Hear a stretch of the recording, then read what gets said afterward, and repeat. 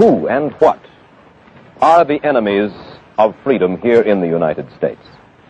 Well, I don't think you can say who in the United States. I don't think there are any sinister persons deliberately trying to rob people of their freedom.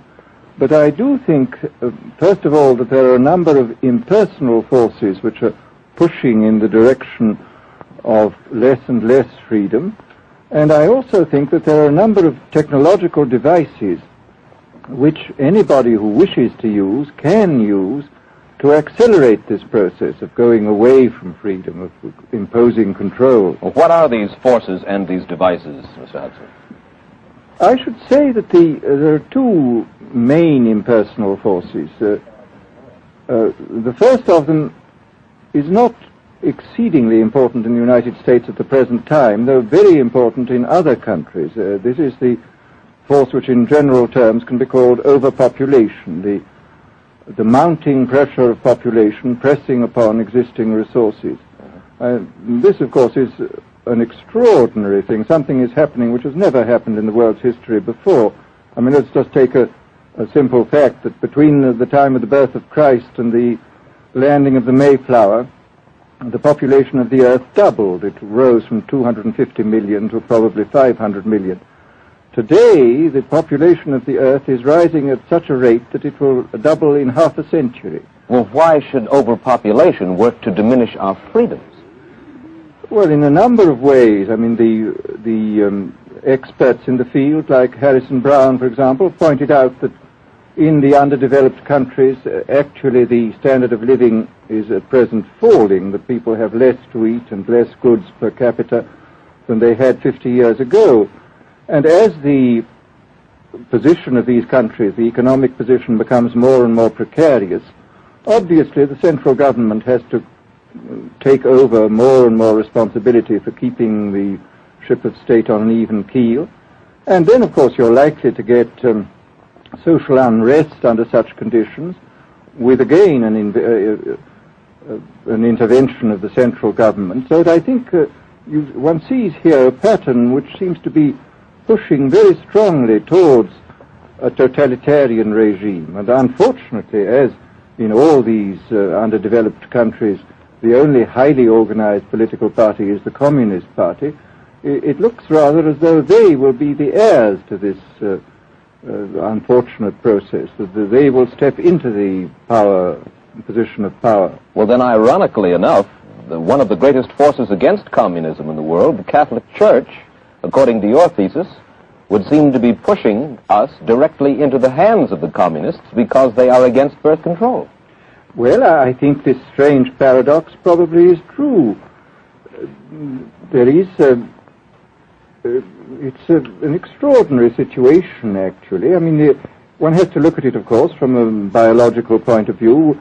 The whole essence of biological life on Earth is a question of balance, and what we have done is to practice death control in a most intensive manner without balancing this with birth control at the other end. Consequently, the birth rates remain as high as they were, and death rates have fallen substantially. All right, then, so much for the time being, anyway, for overpopulation. Another force that is diminishing our freedoms. Well, another force which I think is very strongly operative in this country is the force of what may be called over-organization. As technology becomes more and more complicated, it becomes necessary to have more and more elaborate organizations, more hierarchical organizations. And incidentally, the advance of technology has been accompanied by an advance in the science of organization. It's now possible to make organizations on a larger scale than was ever possible before.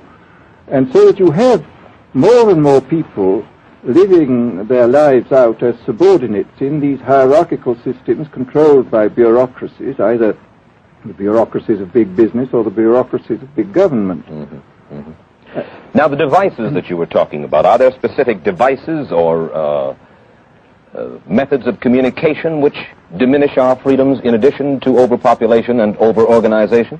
Well, there are certainly devices which can be used in this way.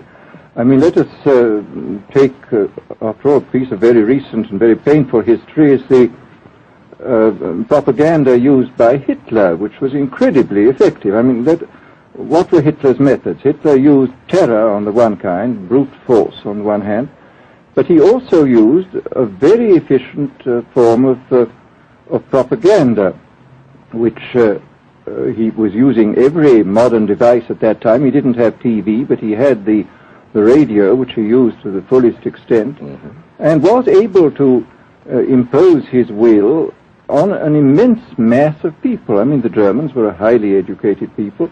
Well, we're aware of all this, but how do you equate Hitler's use of propaganda with the way that propaganda, if you will, is used, let us say, here in the United States? Are you suggesting that there is a parallel? Needless to say, it's not being used in this way now.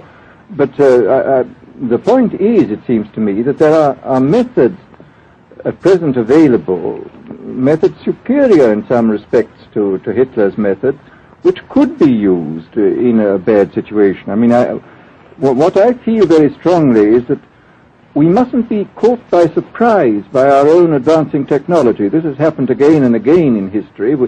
Technology has advanced, and this changes social conditions, and suddenly people have found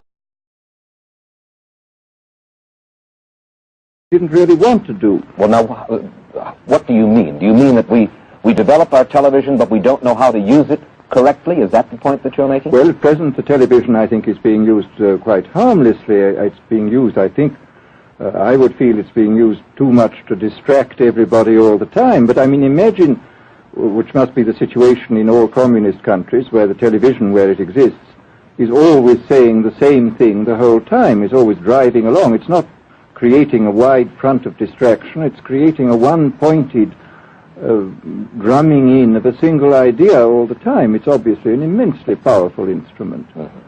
So you're talking about the potential misuse of the instrument. Exactly. We have, after all technology is in itself morally neutral. These are just powers which can either be used well or ill. It's the same thing with atomic energy. We can either use it to blow ourselves up, or we can use it as a substitute for the coal and the oil, which are running out. You've even written about the use of drugs in this light. Well, now, this is a very interesting subject. I mean, in this book that you mentioned, this book of mine, Brave New World, I postulated a substance called soma, which was a very versatile drug. It would make people feel happy in small doses. It would make them see visions in medium doses, and it would send them to sleep in large doses. Well, I don't think such